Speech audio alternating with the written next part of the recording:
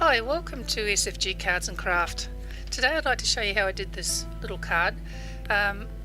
This is actually one for my husband's business, so I don't put his name on here for the video, but put that on afterwards. This is using the Art Impressions stamp set called Southwest Christmas. This is the same set I used last year to do one card on the video, that is. And I'm but using a different stamp this time out of that set. This is using just the one image with the 3 cactus on it. And I'm going to be using the VersaFine Onyx Black Ink and clear embossing powder on top, which is actually a Ranger Superfine Clear. I go through and do all 25 cards, a double stamp with the VersaFine because the paper is textured, so I need to do that, double stamp, and then I go through and do the whole lot with the embossing powder, so I get them all to as a production line sort of card making, and I get them all to the same stage before I go on to the next stage. But I don't bore you with all of that here. I really only show you sort of doing one step at a time on one card, not the whole lot. And this is putting on the clear embossing powder. I do use my powder bag in between each one too, which I don't remember if I showed that there. And there's all the 25 cards. Or thereabouts. Might be 24, can't remember. I'm saying 25 all the way through the video. Okay, this is Abandoned Coral. Now here in Australia we don't actually have snow around Christmas time.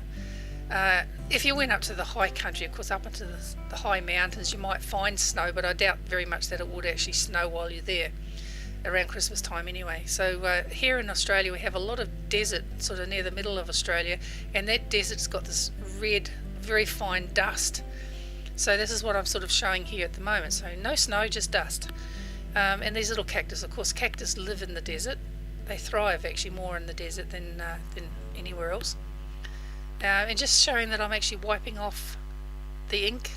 I've done 25 cards already and there's no ink come through.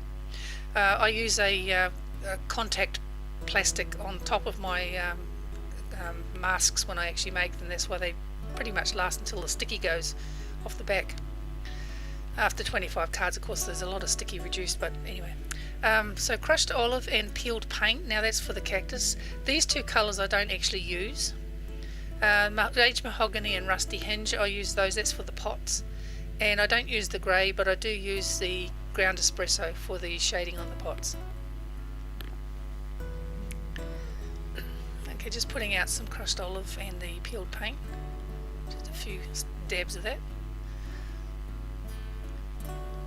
And I go over all of the cactus on all 25 cards with just the crushed olive before I come back to start doing any shading.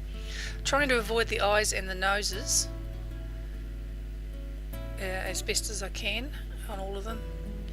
And also I noticed when I was actually making these cards that to me they look a little bit like gherkins, which here in Australia that's what we call pickled cucumber. Some places, some countries call them just pickles, but that's what we call them as gherkins. So at least when they're a whole one like this, probably when they're sliced they'd be just pickles. I'm not really sure, but that's what we call them. So I've done all of the olive green on the crushed olive on all of them now, and now here's coming in with the peeled paint just to do some shading on the two sides and under the little hat. I'll explain a little bit of some of the colours that I'm using here, and then I'll put the music into the foreground.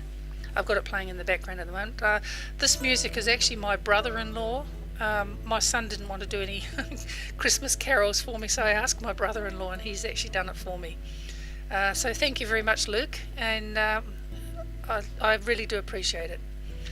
Okay, now I'll explain now. The hats, as I said earlier, this is the pots, aged mahogany and rusty hinge. I put those on the palette side by side and just pull the brush through it to do a brush mix. I was trying to get a terracotta type colour, but I think it came out a little bit too red, but it doesn't matter. I mean, it could have been a plastic pot of any colour. But I was aiming for terracotta. Now I'll explain the other colours. The hats, I actually do those in using my Kuretake Gansai Tambi paints. I actually, for the green, it's called number 55 green, and for the red is number 35 carmine red. The bells and some of the bows I actually do with a gold, and that gold is called bluish gold number 91. And now I don't actually show doing the bells, unfortunately. I forgot to turn my camera on, and I do all the bells without any actual video, but I do show you the bells done and then which colour I've used. So look, I'll leave you with it, and I'll come back. So, oh sorry, the noses, those I use the carmine red as well, which is the number 35 of the Kuretake Gansai Tambi. So I'll leave you with that, and I'll come back shortly. I'll just put the music into the foreground. Thanks.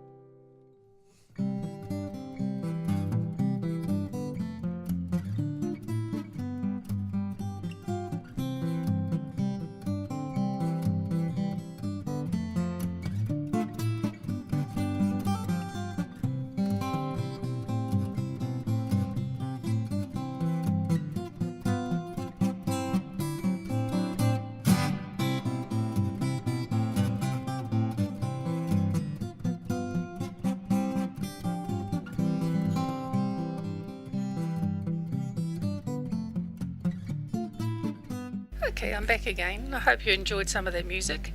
I'm just putting the noses on now. This is, as I said before, is using the carmine red from the Kuretake Gansai Tambi paints. And I'm still putting more noses on. I actually was going to use the Marvy snow marker on these hats, but because of an accidental mishap I ended up not doing it. What actually I found was that because I had actually gone through and put the glossy accents on the eyes and on the noses before attempting to put the Marvy snow marker on, it melted the glossy accents again and made it all bubble up and look terrible.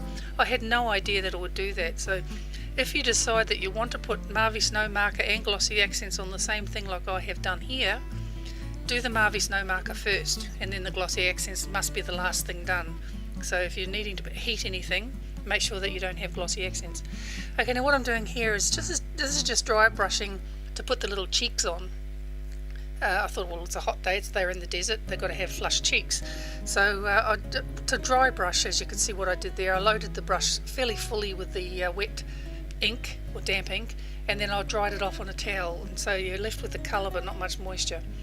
And to do these parts of the hats, I decided first of all I was going to go through and just do the glaze pen just to make it nice and white, and that looked a bit boring to me. So then after they were all done and dry, I decided, well, I'm going to put some glitter on because I couldn't, by this stage I discovered that the Marvy snow marker was not a good thing to do.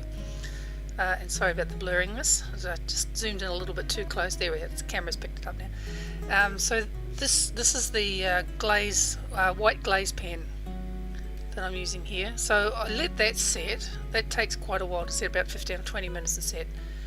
So I let that dry, and then I decided this isn't fancy enough for me, so I decided I'll put on some glitter. Now I've got this opal dust by Jo Sonja, and it's glittery, yes, but it dries very flat, and it's not enough glitter for my liking. So what I decided I'll actually use that as the glue to hold the glitter in place. So because it's got glitter in it anyway, as you can see there, it's quite glittery, but not enough for my liking. So I brushed it on, got it on quite a thick layer of it. Normally this stuff, it dries fairly flat down when it does dry, but I put a fairly thick layer on, and then after that was on, which you'll see in a moment, I'll bring in my glitter, which I've got. It's just a cheap glitter that I bought. I bought a few little tubes of it and poured it all into one of these plastic containers, and it's lasted me for years actually, because I bought quite a lot of it at the time.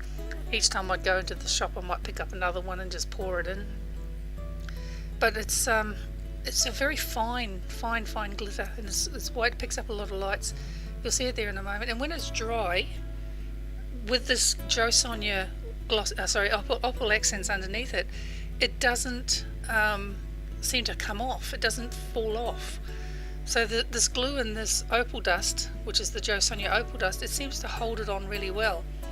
The only glitter that I had to brush off the cards was the glitter that was sitting around that I couldn't obviously brush off until the cards were dry, until this part was dry, and there was glitter hanging around. So that's what it looks like. I thought it looked quite good, really glittery and a little bit dimensional. That's what I was aiming for. So I did that to every one of the cards that I hadn't already done the Marvy snow marker on, but as I said, the Marvy snow marker, I was really disappointed that I couldn't use it, but what can you do? If I'd known, I'd never heard anyone actually mention that you can't put heat onto the glossy accents after it's set without it bubbling. But anyway, we live and learn, and I'll remember to not do that again. And I'm just brushing off the excess glitter there off the thing once it's dried. Of course, I couldn't do that before, and that's the panel finished. So if you like this, please subscribe, and I'll be bringing back more. This is my first Christmas card. There's a picture of four. There's the green with the green ribbons, green with the gold, red with the red, and red with the gold. So the 4 different types of colour combinations that I actually did there. So if you like this, please subscribe and click that like button. And this was my first card for 2017 Christmas, and I will hopefully get a few more done before Christmas gets here. And thank you very much. Bye bye.